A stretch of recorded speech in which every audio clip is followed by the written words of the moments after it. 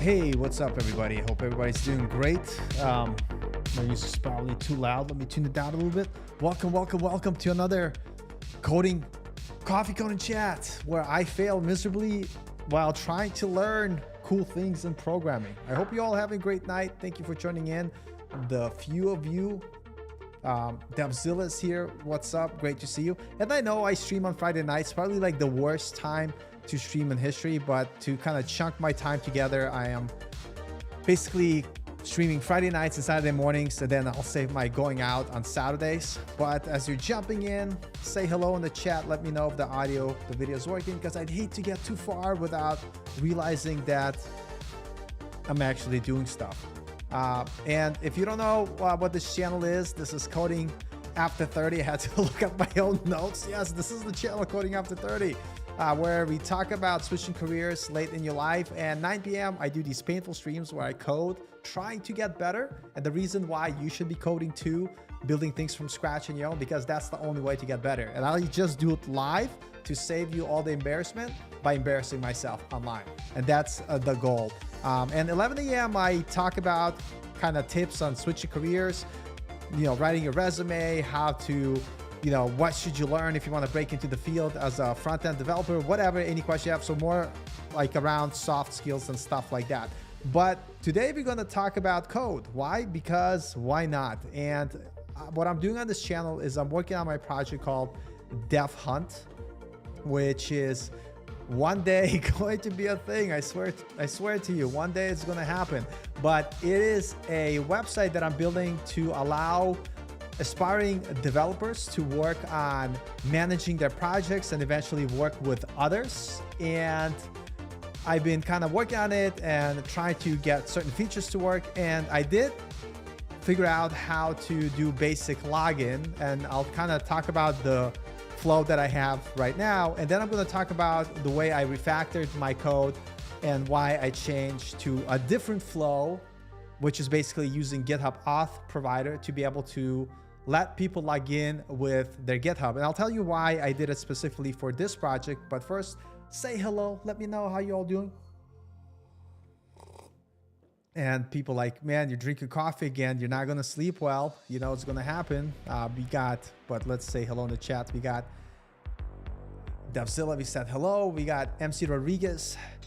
How's it, Paul? I'm doing good. How are you, Rodriguez? We got Engine Boy. Boom.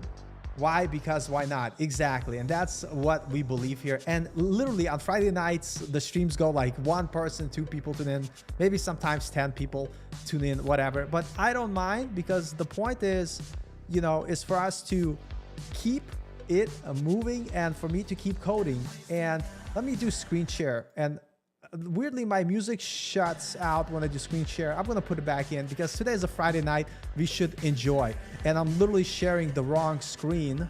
So let me fix that. Secondary display. Yes. So this is the website I am building. And this is going to be devhunt.io. You could literally go there right now. This is actually the one that I made changes to. But if we go to devhunt.io,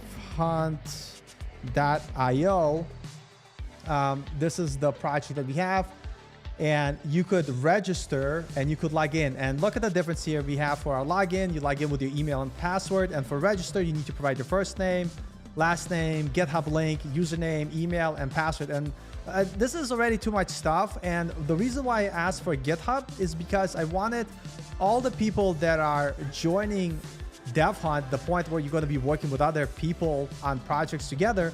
How am I going to get people or pre-qualify people? I don't want them to randomly sign up with email, but I actually want them to sign up with GitHub, because GitHub is something we're going to use as well to manage our projects, to share projects with our friends and stuff like this. And let me see, let me check it out here. Say hello. Brian's here. Great to see you. And so we're going to change that to use, this is my new login. It's literally logging in with GitHub. And I'm going to talk about kind of what I did, go through the code. Is it perfect? Is it correct? I don't know. But we'll all take a look together. But before we do that, for those of you who are just starting out and wondering what I'm using to build my application, I've been really enjoying Remix. I think Remix is freaking awesome. So, and I tried the new Next.js. Next.js aight, but Remix is just better. That's just my flavor. I love it. And so I want to continue to learn Remix. If you haven't done Remix, I suggest you give it a try. If you're brand new, by the way, learn React first, you know? But Remix is pretty cool. And then for my backend, because I'm lazy, I'm using Strapi CMS to manage my content here. And so it basically gives you a nice backend for you to visualize your data, and then you get nice responses here for you to work for and with. And I'll show you more about it. And of course, for styling, I'm using Tailwind components. And this is a build based on Tailwind. This is a paid templates, but you know what? I'm going to support the team, and it makes my website look not as bad as if I would have done it myself.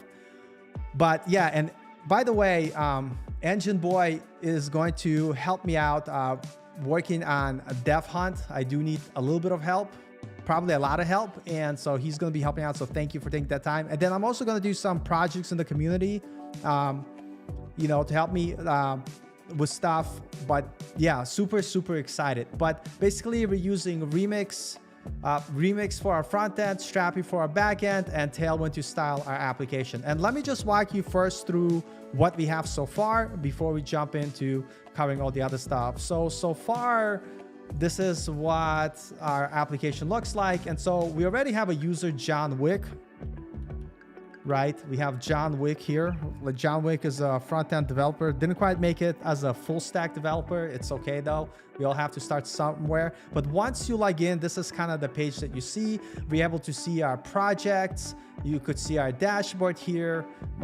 You could go to view profile here on the bottom. I know it's a little bit cut off from the screen. You could change like the name.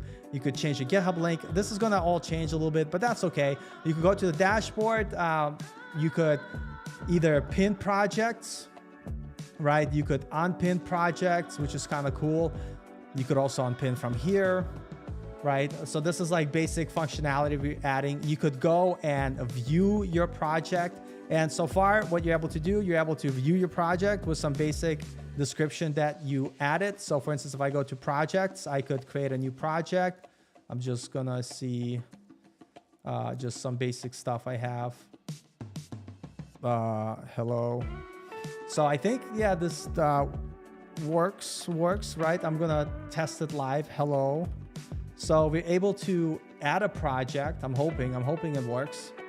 And I don't know, maybe I broke something already. Look at that. Or my internet is really slow, one or the other. So we just added this project here. Fantastic. And so adding a project works. So what other functionality we have here? So we have our tasks. So I'm able to add a task, right? We are able to assign so far done, active, pending, and blocked. We could figure out later what we do. So I could add a task. Maybe I misspelled something. I could edit a task. Hey, edit task. So that works. No, it didn't. So I already broke something, but that's okay. We will fix it as we get there. Can I delete a task at least? Does the delete button? Well, at least the delete button works. Something's funky happening with edit, but that's okay. We recently added add note feature, which you could add notes in Markdown, whatever. I didn't style it too much yet, but you could have this preview. I'm thinking I forgot to push some code. I'm really thinking because this used to be styled, but I'm pretty sure I think I forgot to push my last commit, which is no big deal. But can we at least add the note? Yes, we can. So we could add a note. We can't quite edit it yet. We'll work on that. So functionalities coming up. One day we'll have comments, but not yet. But what I wanted to do, I wanted to take a step back because I don't like kind of this workflow here where the point of people here is to encourage developers to join and work with us together. And one prequalifier, I needed to have a stronger prequalifier, right? Because I don't want someone with random email go here and be like, I am Rando, right? That's a real name. Put some weird GitHub link, and let me just get a GitHub link because I do some basic check in here. So it's gonna kind of check something, right? But people could put here anything GitHub. It doesn't even have to be their thing.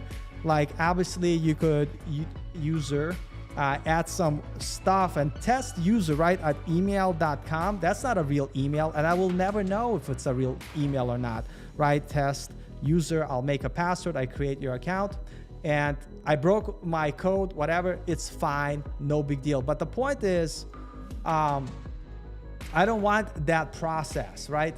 And, you know, login also, like, we want to make sure to have some sort of better way to, like, I just wanted to get a better workflow. And typically what happens when you, before I broke it right now, before you broke it, like on our Strapi backend here, let me show you our local instance here, or any, it doesn't matter what Strapi instance I have. I think this is it, right? Is this the project I'm working on? So normally what happens, we generate a user, right? We generate a user, and as we generate that user, we automatically add a relationship to an author, because the user information, I don't want people to find it easily, right? Like, especially if someone is trying to make a request, I don't want them, like, let me change this to light theme here, so you could see better. You know, so we have a author, which is like the publicly open profile, which you could see, like, for instance, John Wick, you'll see he has his author bio, and we'll add more stuff here eventually, and he's associated with the user. So that way we're able to get user information without worrying about this secret stuff, like where anybody has no chance of trying to get a user's password. So we want that relationship. So the flow of what happens now, when someone logs in, it creates a Strapi user, and then it'll Strapi user, right? And then it will automatically create Strapi author and link the two together with some basic information. So here's the new workflow, and I want to show you here. So here's my application running locally here. Let me go back here, right here, right? This is running locally. And, you know, when I go to login, we just have this button here. And check this out. If you already authorized yourself with GitHub, you just click and boom, you're logged in, you're ready to go. And so now what happens is that it's super easy for people to get started. All they have to do is click the login button. It's either going to sign them in if you're already logged in before and create an account automatically, and I'll show you that workflow in just a moment. Or if you are returning user, it will automatically log you in. And this is pretty cool. And so now I'm able to use just this basic, I should probably log in or register here. But now you're able to use this one thing. And once I'll deploy it, I'll have some of you test it. But for now, this is basically the simpler workflow. So before we had this workflow where, number one, I'm already asking like too much information here, and this will automatically may turn off some people. And then on login here, right, sometimes you might forget your email, your password, whatever. So I want to make things easy. So like we saw before, now the new and improved way of doing things is just going here, clicking login, and you're logged in. And I think that's awesome. And then you're able to go to your profile, you're able to update your name, what have you. You're still able to have all the functionality, and you're still able to go to projects. You still should be able to create a new project. I'm going to try again because I want to know if I broke it in both places, which is good. Test, React, hello. And so I click create. It's creating supposedly. And boom, we have our project. We're able to see our project. Maybe I should change my image, go to view profile, choose an image. I don't actually have any images saved, I don't think. No, document, desktop, whatever. I'll just use this one just to check that this works. Update. And by the way, one thing, like I find myself, like, see it updated the image. That's kind of cool. We could go to our dashboard. We could still pin our project, so everything works here. Let's go view our project. We could add a task, new task, hey, and then status, pending, save. That works. I wonder if the edit button is broken here. Pending, huh? Actually, status, that's got to be one of the drop downs. Hey, all, click edit task. So at least here it works. So I must have fixed the issue I had before. And of course, we could delete. We could also add notes, add a note. blah, blah, blah, blah, blah. And you could use Markdown. And I don't think I have styles connected yet, but the preview will style this the way I decide. And so that's cool. So basic functionality works. And now we have this basic workflow where it's super easy for people to log in and log out. And so how is this working? So let's take a look at the code. And Engine Boy says, Paul has done awesome work. Things are great. Yeah, thanks. I'm, trying my best, hanging in there, doing the things I can. But the point is the biggest thing I want to say is if you're learning to code, do not be afraid putting yourself out there and just writing code from scratch, trying things out, failing, and working with others. And that's why I do it live. Regardless how many people watch or not, I just want to put it out there, build a community around everybody coding and showing everybody that the most important thing you could do is not so much doing tutorials, but it's actually practicing writing code from scratch, breaking things, trying things out, and working through the issues. And that's the secret to coding. So let's take a look at the code that I have here. So let's see, am I in the right project? I believe this is it. Let me close this here. All right, so this is our application. Let me make it bigger. So whenever someone lands on their website, when they go to login, they go to the login route. And so that's going to be under routes, and we'll find login here, which is kind of cool, right? And we could take a look at the code here. So before here, I used to have a form inside here, right? Let me Alt F. But now all I have is this link.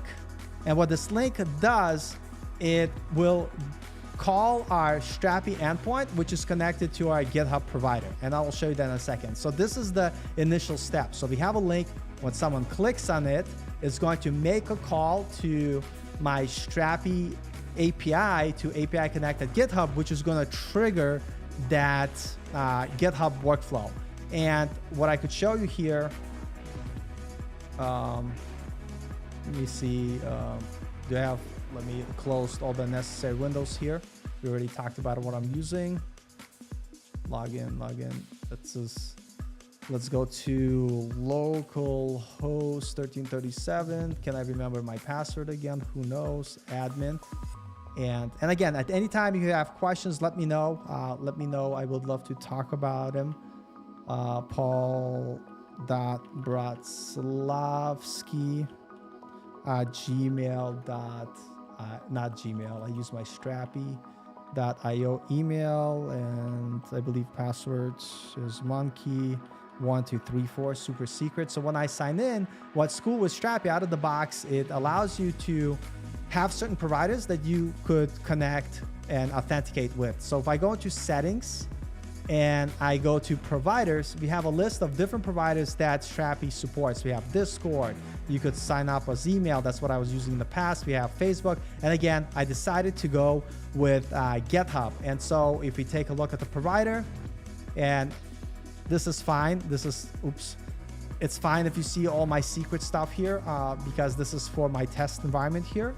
And so we enable it, we pass our client, and I'll show you where to get all this stuff. You get your client secret, and the workflow that it follows is once Strapi connects to GitHub, GitHub will send back a connection with GitHub authorization token that you then have to pass back to Strapi again.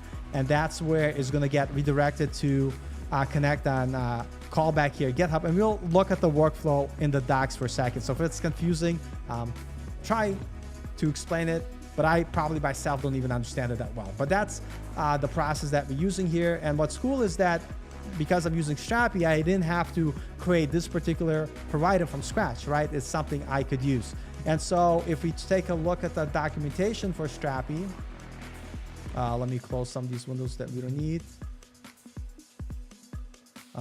This one is localhost.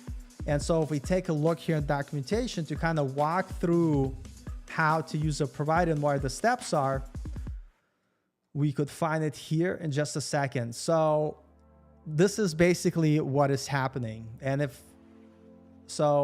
we have our backend, which is located on my localhost 1337. We have our front end. So we have our two applications. We have our Strapi instance, and then we have our, oh, that's something else. We have our, let me open it in this screen here. Up. Let me go here. Let me go local host 1337. Let me log in. So this is where our backend's running, but I wanted to bring up my local host 3000. I wanted to bring up my front end. And so we have our front end. So if we take a look at the documentation here, we have our Strapi app, we have our front end app. So the first thing that happens is the user goes to our front end application and clicks the button connect to GitHub. And this is what we have here. We have login. They click the login connect with GitHub. As soon as you click it, right? And for me, it's going to log in. But as soon as you click it, what happens is the front end is redirected to your backend URL. And this is what we provided. API connect GitHub, if you're wondering what that's living at. If we hear settings, providers, GitHub, right? We have, this is provided by Strapi. This is an endpoint that exists. Once we go from GitHub with the information that we need, it kicks it back here. And the backend redirects to GitHub login page where user logs in. So because I already logged in a bunch of times, you don't see it, but it will take you to the GitHub screen and it'll ask you, do you want to authorize the app to log in and use GitHub Auth to log in? Once you click yes, you will get a callback back to your application. And it's going to be at this address here. And you're going to get the code and the token. And that's what Strapi is going to use to get your user information and pass it back to your front end. Then the back end will redirect with all that information back to your front end. And then on your front end, this is where we make the final kind of shake. And I'll show you how it works in my application. I know a lot of this probably seems boring, but that is okay. And if you have any questions, please ask them. And if it's as complex, I'll make a designated video doing this in a simpler app, but I just want to give you the big picture overview if you're interested, and also to practice reiterating this stuff back. And then basically we go back to our front end again and we get the user information and everything works. And so let's kind of break this down while looking at the code. So the first step we talked about. So as we go in my code, and let me make sure I'm in the right place. So our front-end application here. So when people land on their website, they click login. Right? This is the link they're hitting. Remember, we want to go to our Strapi application at API connect at GitHub. That's what is provided to us by Strapi. Here it is. And what this does, it basically calls back Strapi to initiate this call back to GitHub. So if we were looking at our steps, right, we went to our front end, we clicked our button, and then we got redirected to our Strapi endpoint that will handle this conversation with GitHub Auth. Our Strapi website gives the access code to GitHub to start that connection. And so you don't see it, and because I already visited this, I wonder if I could do this. Hold on a second. I might show you this better. Let me try to do it in a different browser here.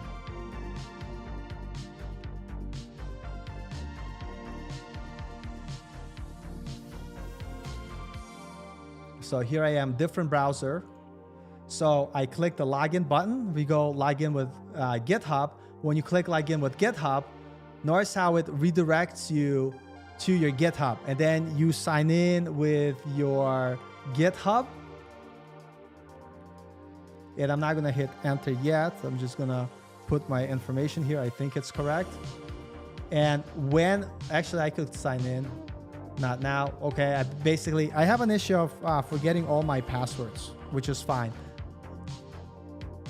Not now. What are you talking about? Did I spell everything right?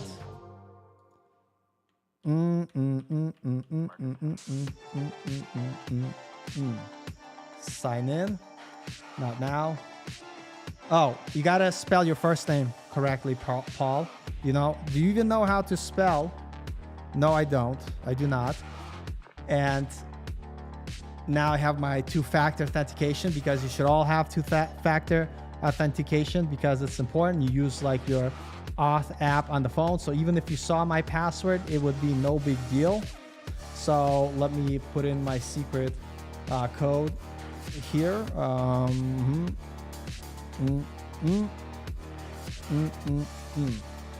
And then now it basically authorized me to log in into Strapi. And so that was the workflow that I was mentioning here from our notes here, is that first we go to our front end, we hit that link to register with GitHub. It's going to kick us back to Strapi. Strapi is going to hit the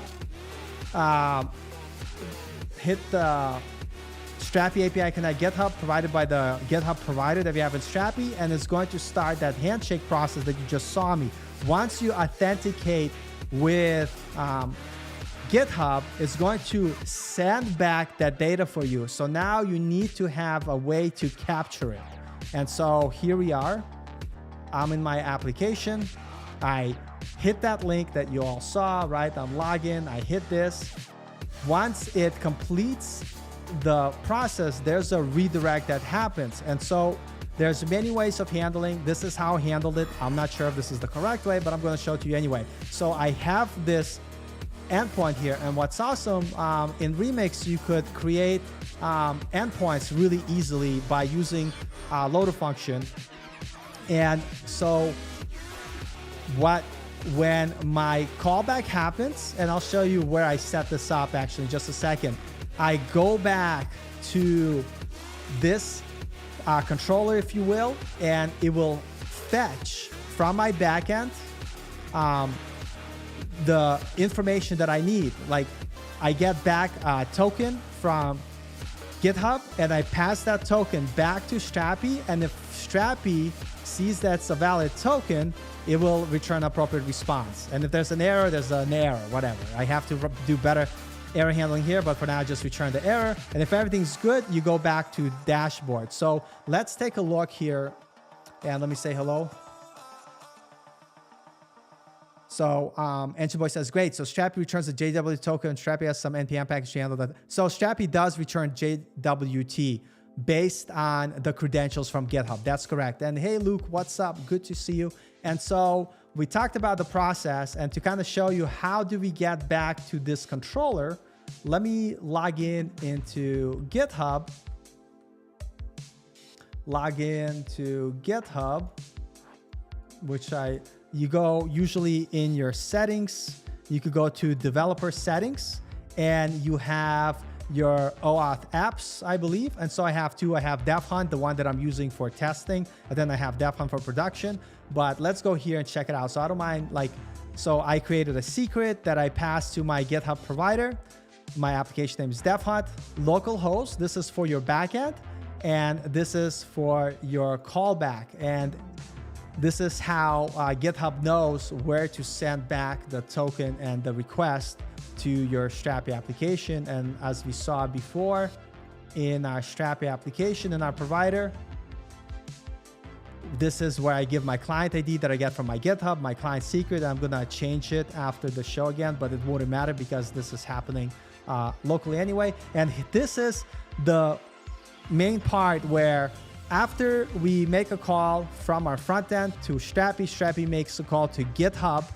GitHub then returns that token of validation, and this is where it goes. This is where it goes. And this is the endpoint that I just showed you in our code, is this loader here, right? And I get that response from GitHub, and then I make the final response to Strapi where it will say, hey, this user is valid. We authenticated them with GitHub. So let's do the next step.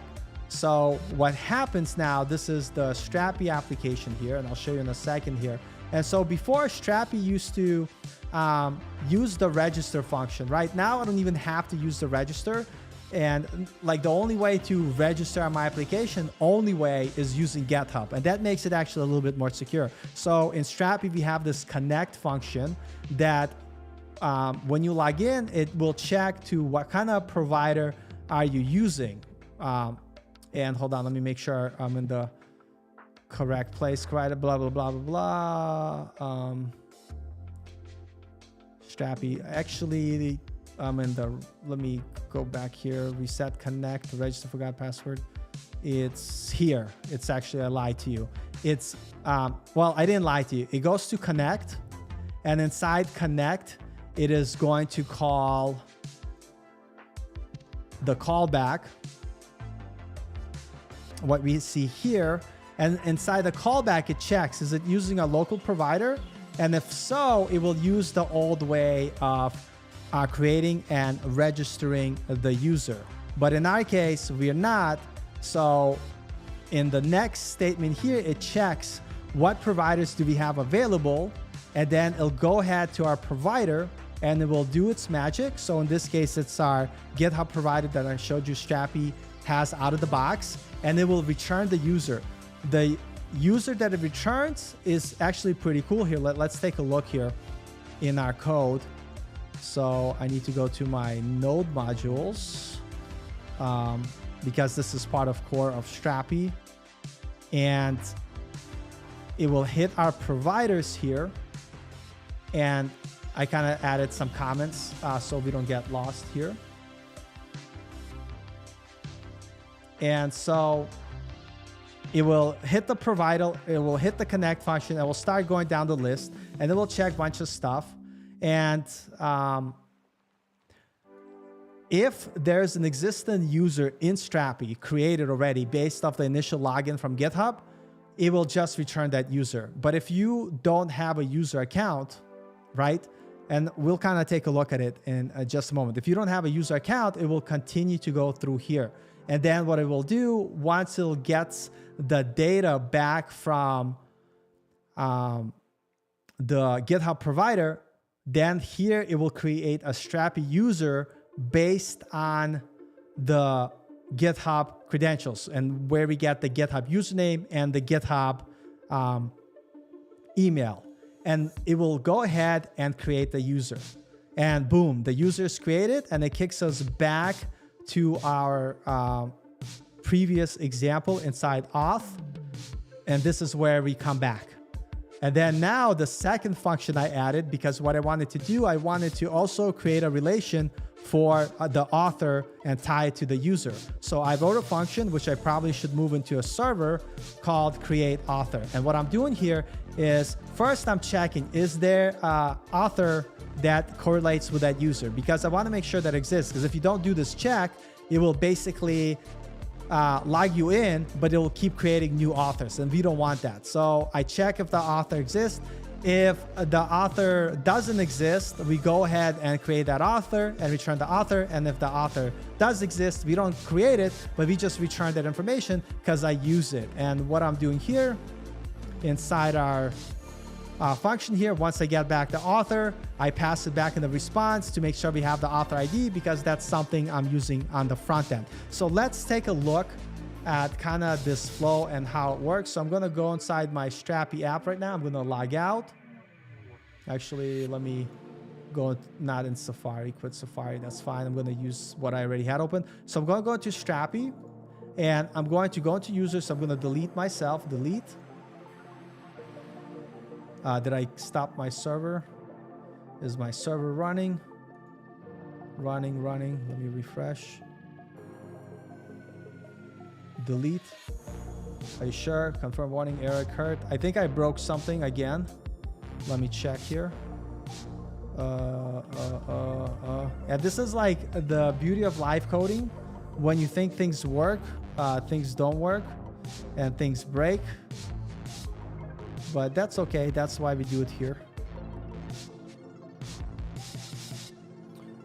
So refresh, delete, confirm, sort first name, content type builder, content manager, author, delete, confirm. user, delete, confirm. I just had to refresh my screen. Anyway, so let's take a look now. So I just removed the user. I just removed the author. So now we're going to go to my application. We're going to click login with GitHub user. And when I do that, we're going to kind of take a look at what the server responds. So I go login with GitHub, and it's going to do its thing. And so it automatically already created the user, Paul Braslavsky, and it automatically created an author linked to our user. And so now that's why I'm logged in an application. I could go to view profile, and I could now add my first name and last name. Update, and then if I take a look at Strapi, I refresh my author, and notice we have our first name and last name. So this works. So let's take a look at the flow here. So I removed a bunch of comments already, but notice here, when we logged in for the first time, we got to the point where it started to create user, and it created a new user, and then we were all set and we were able to log in. And so now when I log out and log in again, right, everything works. And notice now we're not hitting this comments here, create user and create user. We're hitting this code block which says this is called because user already exists, and so it did not have to create a duplicate author. And that's what I was showing you in code here within Strapi code. Is in this create author function, we want to check, do we have an author or not? Because if I comment this out, it's just going to keep creating authors. Like for instance, if I comment this code out and I comment the if statement out, it's probably going to break my app, but that's okay. One thing I have to do here though is I have to go and run patch package to modify my node modules, and I'll show you where it breaks. It's okay, I'm not worried about it. Package JSON, so you could see some of the gotchas. I want to run patch package, and which package I want to modify? Strapi. I want to modify Strapi plugin user permissions. Yep. So let me just do this here so I don't misspell anything.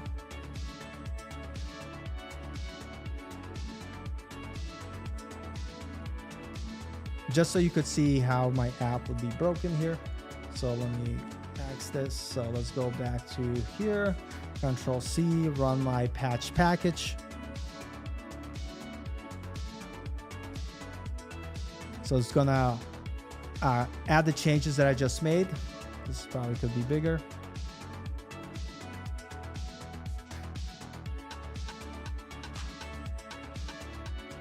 Yarn develop. And so now, like, let's check out the issue that we run into here. So now I'm gonna log out. I'm gonna go log in, and I'm gonna delete the users for now, right? We have author. Let's delete the author.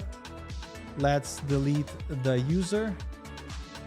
And so now we don't have an author, we don't have a user. So now when I go to log in, right, everything worked like expected, correct? And check this out. We go to our content manager. We have an author that was generated here, right? And it's using our GitHub username. And we have a user that was generated based on our GitHub auth tied into our author.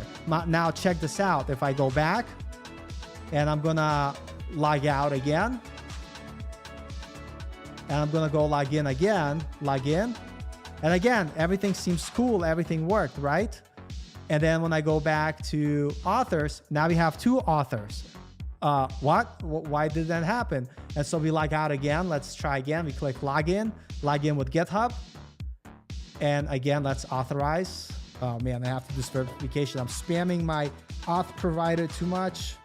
118.168.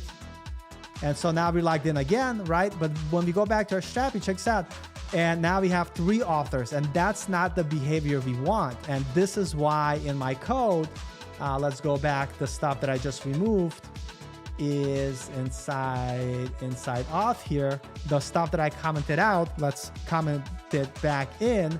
This is why I need to check if we have author. So basically what I'm doing, I'm calling Strapi Entity Service, which is something that allows you to look up, you pass the content type, and you're able to look up, and I'm basically searching, see if you could find author with the user that ID that we're passing. And so if there's already a relationship between user and author, that means we have an author.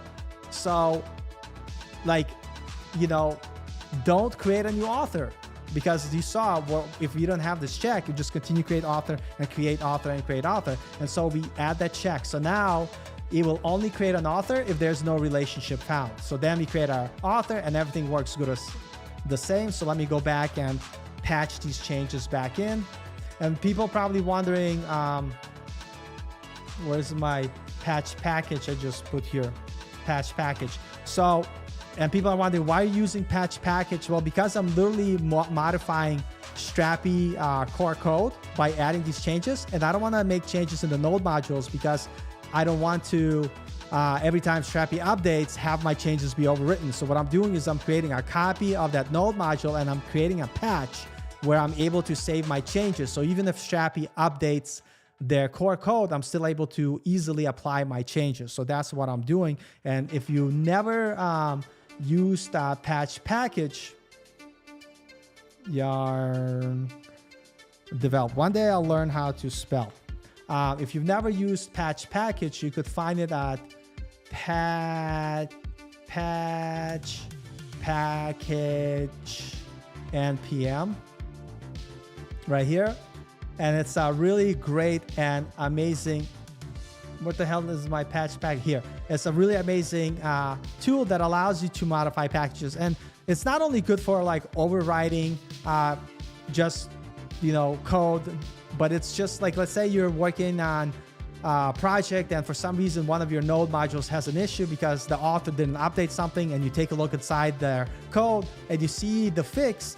Go fix it yourself. Use patch package to patch it. And so what happens when you use patch package, I'll quickly show you here, it will basically allow you to generate patches which will basically keep track of all the changes I made. So the stuff that you see here, this is all the custom code that I wrote to modify core code of Strapi to fit my needs of what I'm working with. And so this is really nice.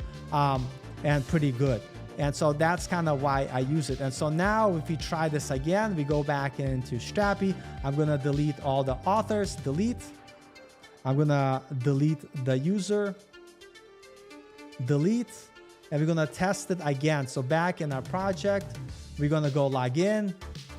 So now when we click login, it should log in and create a user. So we take a look, we have our author, we have our user, fantastic. Now when I log out again, and before when I didn't check to see if there's an existing author associated with the username, and we saw how it created a duplicate and another account and another account, now it should not do that. So if we log in again, log in with GitHub, fantastic. We look at our content manager, we see the author, boom, fantastic. You see the user, and it didn't create any additional things. Now, one thing that I want to show you. So here I am talking a bunch of stuff to you, and you're like bored out of your mind, and that's perfectly fine.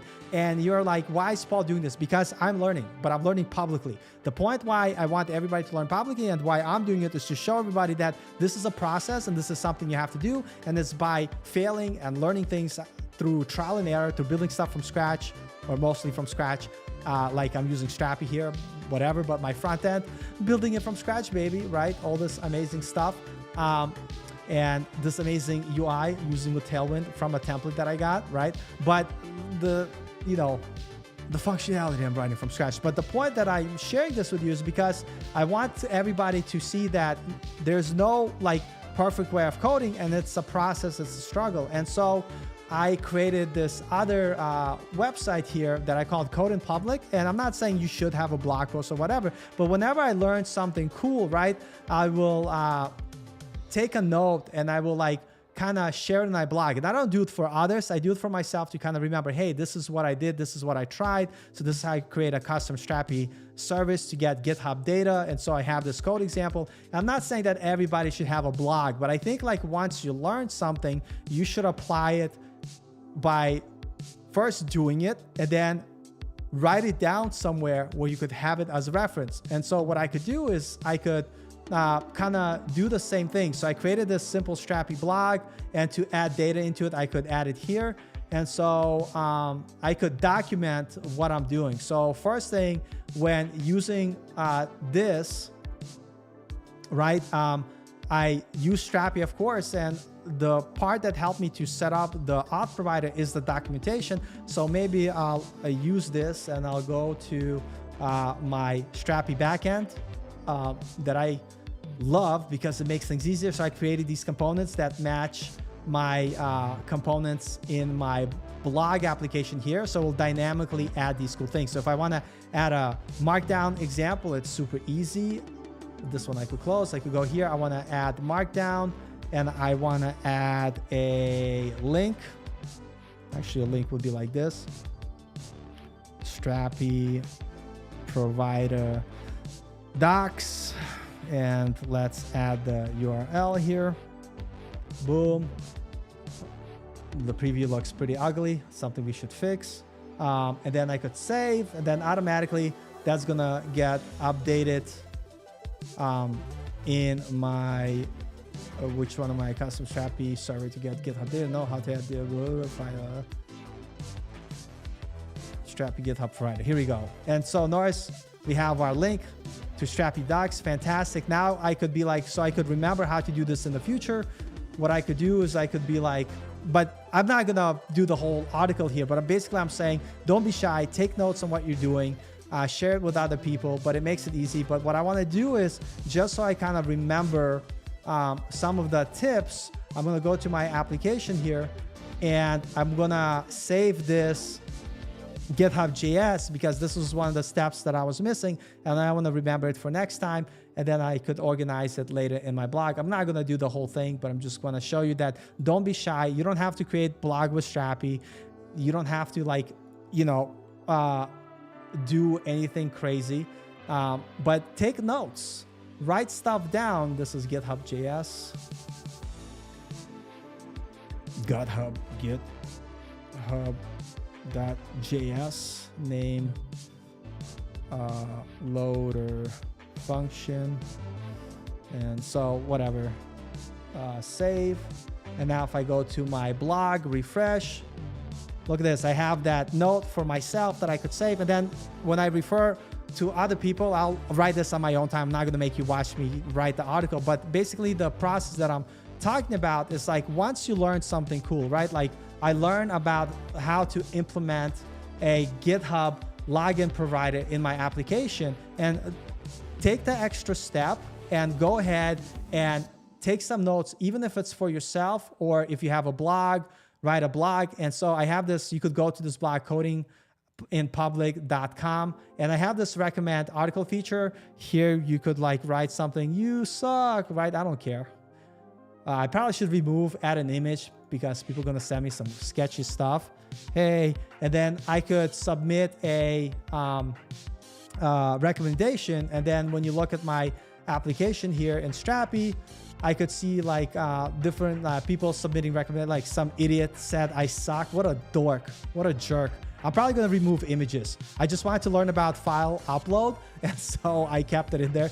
So man, before I get off, I bet some people are going to send me some sketchy images, so I'm going to remove that feature at some point later tonight. Anyway, but you could suggest topics that you want to see and Code in Public. And the reason why I wanted to call this Code in Public, because I want people to just see this concept of getting out there and doing things. And so another thing that I want to share with you, so I go to this Meetup, meetup.com, right? And let me log in. And there's a bunch of meetups, but you could find a meetup locally. But I go to this meetup all the time, Remix Austin, right? And it's pretty awesome. I actually gave a couple of talks, and I'm scheduled to do another talk next time it's around. and it's held in person and publicly. What's cool about this is you get to meet other people, you get to connect with folks, and I really suggest as a developer, you should be focusing on getting out there. And the coolest thing about meetups, and Brooks actually is the host, amazing dude, is that a lot of these companies, they're hiring. And so they always ask, if you're looking for a job and you're looking to apply, reach out to us. But that's not the most awesome thing. A lot of meetups, what they do is they have team projects where people and folks could work together. So if I go to GitHub and check it out here, we have Austin Remix. So this is not my project. This is a project that I forked. And what's cool is they have these issues and they have like good first issue, which is really cool. If you are part of a group, part of a meetup, and they have something like this, and most of them do, it's a really fun way to build a community around the meetup while helping folks learn about how to build projects. And so they have like good first issues, and you could take a look at them and kind of see what it is. And then you could literally say, you know what, I'm gonna assign this to myself, right? You go ahead and you assign it. And of course, me always promoting Strapi like a jerk. I know there's a conversation around create separate blah blah blah, meetup reduce, remix select, check use icons, environment, each pair, deploy production cutoff, need adjustment. Well, there was not an issue, note somewhere. It's okay, can't find it, but it doesn't matter. But the point that I'm saying is that get involved in the community, do cool things with them, go to meetups, because it's a great way to learn. Now, a lot of people like why should I go? My camera died. It's okay, as long as you could hear me and not see me. Does my screen still scroll? Yes, it does. I will be back in.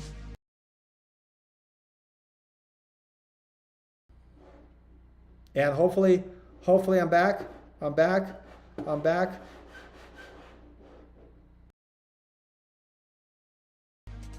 And I think I'm back.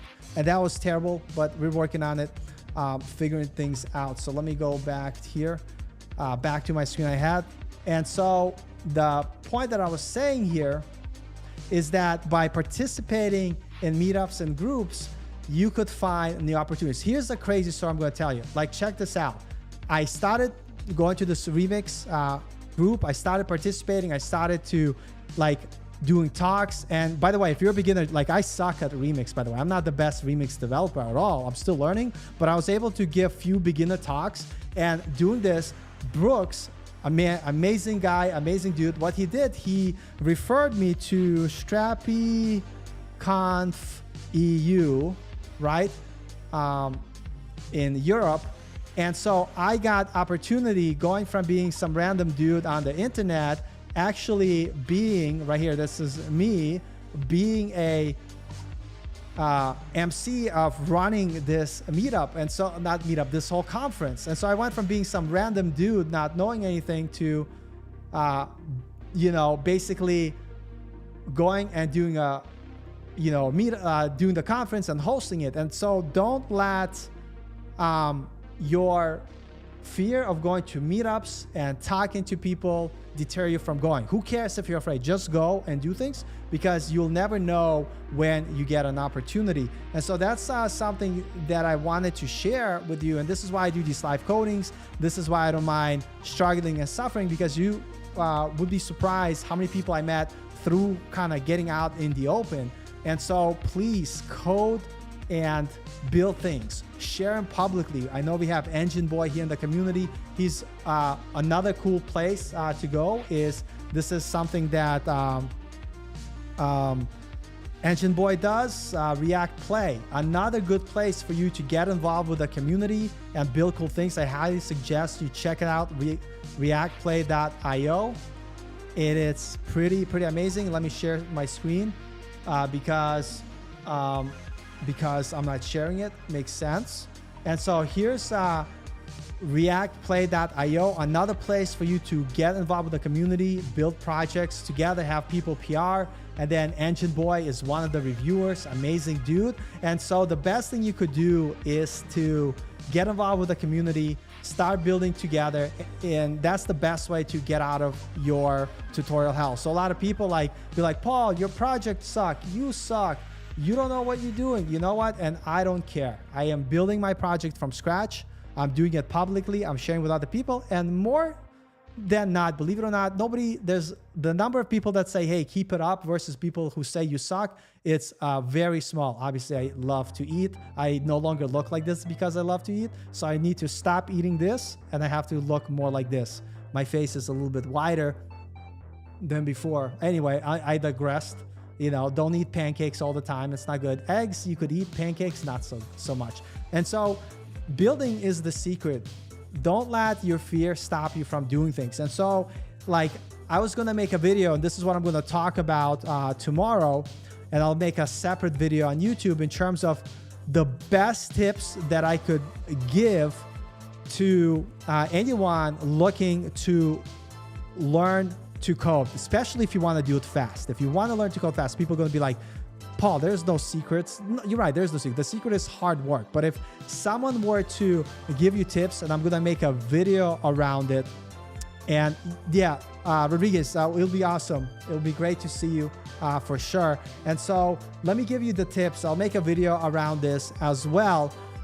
But this, by the way, I'm going to give you 6 tips that I'm going to make a video around. I'm going to talk about tomorrow's stream. I'm going to stream tomorrow morning, but if you can't make it tomorrow, I'm going to give you a preview. So here's some strategies that could help you learn to code way faster. So number 1, focus on one programming language at a time. The most important thing to do, don't try to learn multiple languages because you're going to get overwhelmed 100%. And the progress is going to be really slow. This is the mistake I made. And this is why when I started learning to code at the age of 36, I didn't get my first job until 39, almost 3.5 years later, almost 4 years. So don't make that mistake I made. Start learning one language to start with and get pretty proficient on it. The second thing is, this is common sense, right? Practice regularly. Consistent practice, that means not doing something once on a weekend. It's doing something every day, right? Code every day, even if it's for 10 minutes, 20 minutes. And when I say code, don't watch YouTube videos. Try to make something from scratch, even if it's super basic. Let's say you're starting with HTML and CSS. Try to build a basic HTML and CSS page regardless, but practice regularly. That's the second tip. The third tip, the most important thing is, this is why I do this live stream, is practice writing code from scratch, right? Instead of just following along with tutorials, there's nothing wrong with them, but that's how you get stuck in tutorial hell. The best way to get out of tutorial hell is to write code from scratch, even if you suck at it. This is why I do it publicly, to save all of you the embarrassment. Be like, hey, if Paul could make a embarrassing fool out of himself, look like an idiot who doesn't know how to code publicly, then we could at least do and practice writing code from scratch ourselves. Very important. And most important, this is, again, I'm working on a project that the goal is to solve some sort of real world type of thing. Like, I want to create a community. That's why I'm building Dev Hunt here. I want to create a community where you could log in and manage your projects and work together with other developers to help you, kind of work together. So I'm trying to solve like a real world problem that I have. And it doesn't have to be as complex as this one, but what you should all be working on, which is tip 4, is work on projects, and not like toy apps, but something that you're like, I want to make a project which shows all the best local coffee shops. It could be something like that. Or I want to make a weather widget that's going to tell me what the weather is. And you could even try cool things like, let me do, speech to text API, so you could ask with your voice, like a little cool things like that. But basically work on building, not following tutorials, but try to build your own personal project that actually someone will use, right? Don't make a project that nobody's going to see. Like, once I get this basic functionality of this project, probably in the next 2 weeks, I'm going to ask all of you here in the members to watch my YouTube, to sign up, sign in, break it. I'm going to add a section here that says bugs, where you'll be able to submit bugs when you find something stupid. And tip number 5 is collaborate with others. And this is another thing where I'm really big on telling people, go to meetups, meet other people. I literally like find friends that you could pair program. Go join communities. For instance, Engine Boy, I've seen the type of code he writes. He created a really amazing bug tracker, and so he's built a pretty complex application. And so I was like, hey, why don't you help me working on this dev hunt together? And so find friends to collaborate. And I'll also come up with some simple projects that we could all work together, and maybe do some challenges for those of you who are not sure what to build. And the most important thing, tip 6, is learn from your mistakes. Like for instance, today you saw me mess up a bunch of times, like break a bunch of things. And part of learning is messing up. And once you learn from your mistakes, you figure out how to fix it, understand how it works. And this is why I have my blog here. I don't know where one, like this one, where I take notes for myself. Like I remember like when I learned how to create a custom resolver and I learned how to do it after messing up a bunch of time, I made a note for myself so I could review it. But once learn from the mistakes you make. Like today we worked on working on that GitHub provider, like some of the things that I learned that I've done differently, and you know, I wrote it down, save it, and maybe this is going to change. Maybe this is not the right implementation, but I'm going to learn from my mistakes. But you have to do something a little bit every day. So the point that I'm stressing, I realized I wasn't sharing my screen, my blog, but here's the thing I have. If you go to codeinpublic.com, you could see some of my notes. And this is not so much for other people to read. This is more for me to take some notes that I take to kind of, you know, have a reference for my learning, write things down. Very, very, very important. So to reiterate, if you stuck around this long, which most people didn't, which I don't mind, but the 6 tips: focus on one programming language. When you learn, practice regularly means do something daily. Write code from scratch instead of just doing tutorials. Number 3. Number 4, work on projects, something that, you know, you're going to put out in public. Like for instance, this Code in Public blog that I made, I put it out in public. You know, this is the type of project you want. You want other people to be able to use it. And even if they tell you it sucks or if it's broken, then you fix it, right? That's kind of like the idea here.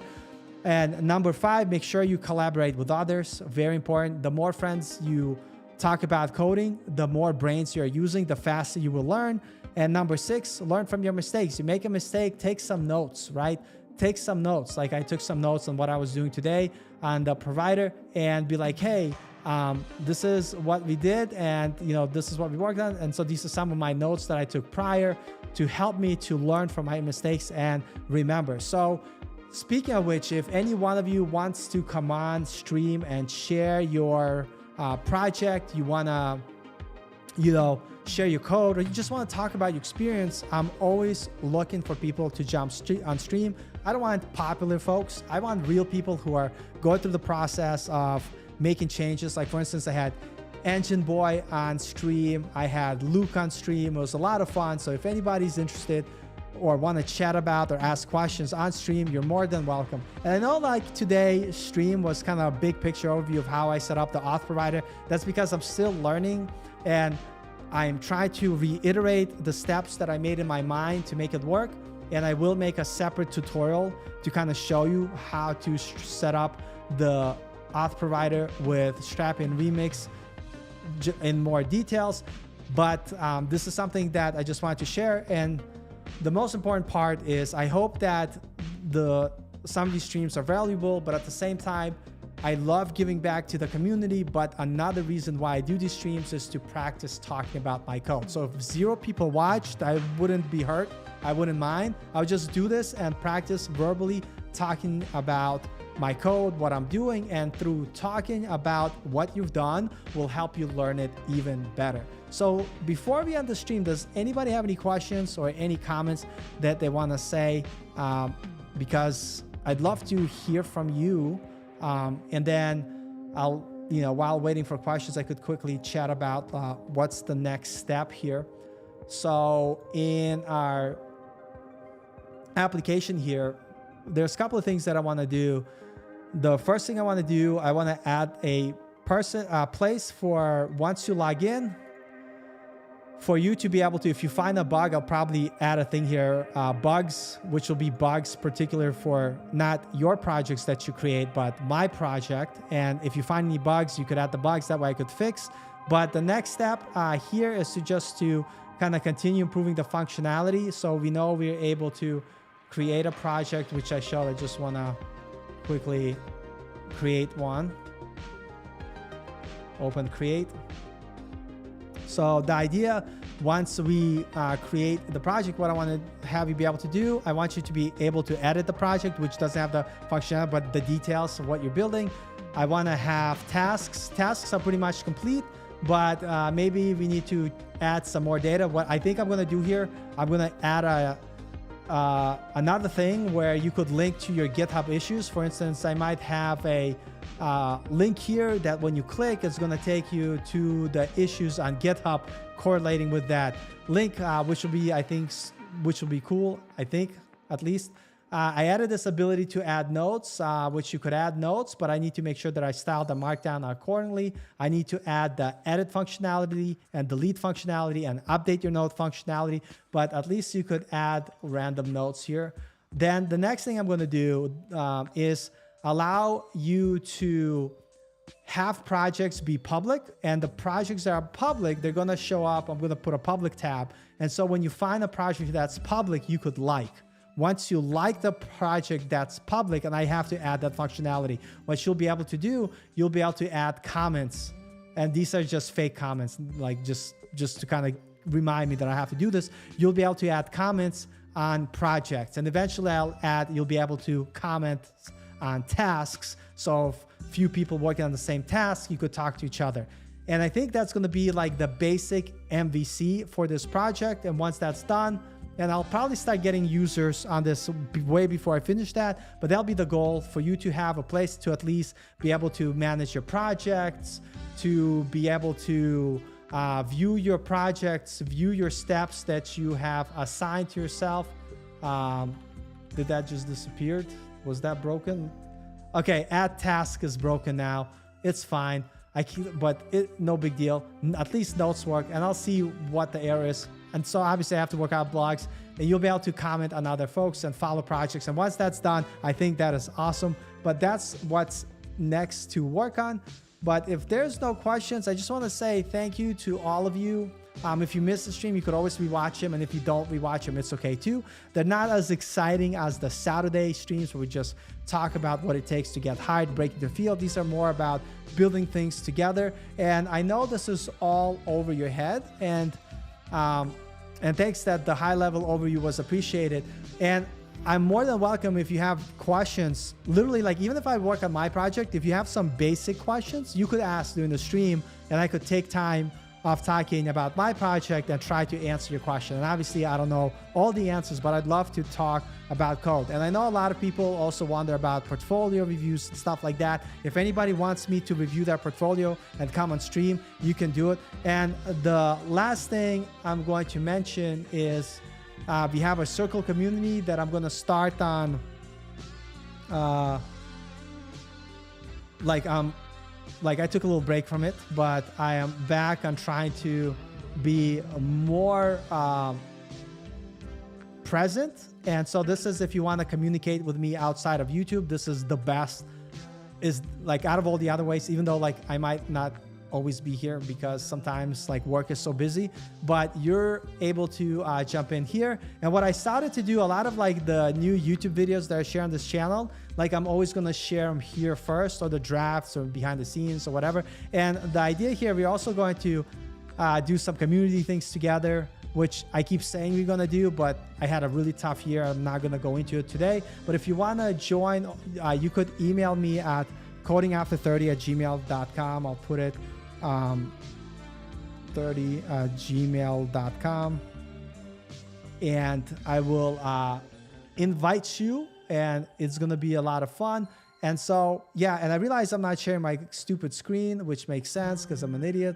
I always call myself an idiot because it's true. But here's the community that we have, and I put a link in the chat, codingafter30@gmail. You could email me, and you know, we have a lot of conversation happening. I want to thank Tammy, Engine Boy, Spearbell for keeping the community going when I wasn't around. But hey, if you want to join it, go ahead, send me an email.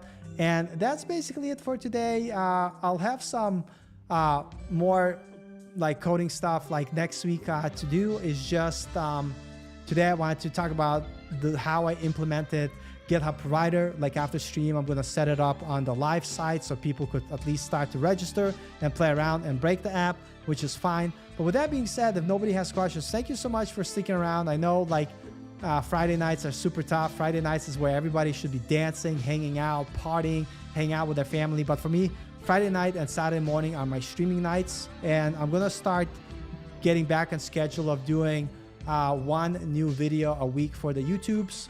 And the next video is going to be about the tips that I shared today. So you got a preview. But thank you all so much. I love you very much. And everyone have a great, amazing rest of the evening, weekend. And if you want to see my dumb face again tomorrow at Saturday, 11 a.m., jump in. We're going to talk about the tips that I gave and a bunch of more stuff, answering questions. It's going to be a lot of fun. So thanks again and have a great weekend. Love you all and see you later. And this has been Coffee Coding Chat. You could follow me at Coding After 30. And I'm going to take my super awesome fake Ferrari out of here. Take care and bye-bye.